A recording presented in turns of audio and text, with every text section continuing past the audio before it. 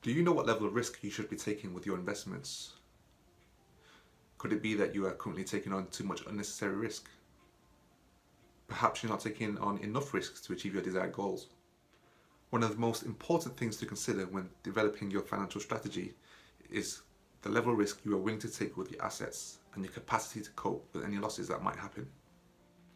This is to ensure that you are only taking on risks that you are comfortable with within your portfolio, and also to ensure that you understand the ways different investments work or behave over time and the impact that this could have on your financial plan. As a financial planner, we ask our clients to complete a risk profile questionnaire. The questions are designed to measure your tolerance for investment risk and your emotional responses to the changes in the value of your invested assets. Now, investments that are more likely to experience large changes in their value over time are considered as volatile, whereas investments that are less likely to experience large changes in their value over time are considered less volatile and tend to produce lower but more stable expected returns. It is widely accepted that commodities and equities are considered generally more volatile investments, whereas fixed interest investments are considered less volatile, and cash is perceived as stable.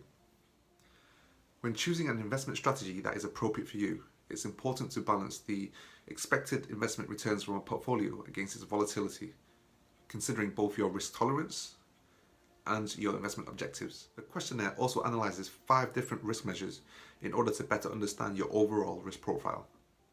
The first is perception, and that looks at how you perceive your risk behavior.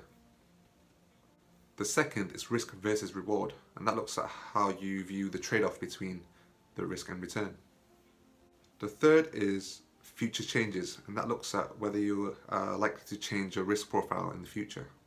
The fourth is actual behavior, and that looks at how you are currently behaving with your investments. And finally, the fifth one is time horizon. So this looks to ascertain how long you're going to be invested for, so whether it's the short term, medium term, or long term. We also consider related issues of your need to take investment risk in order to achieve your investment goals and your capacity for loss.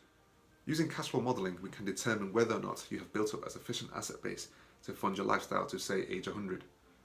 If the outcome of the cash flow reveals that you are likely to deplete your assets prematurely, then it may be necessary for you to take on investment risk to secure your financial future.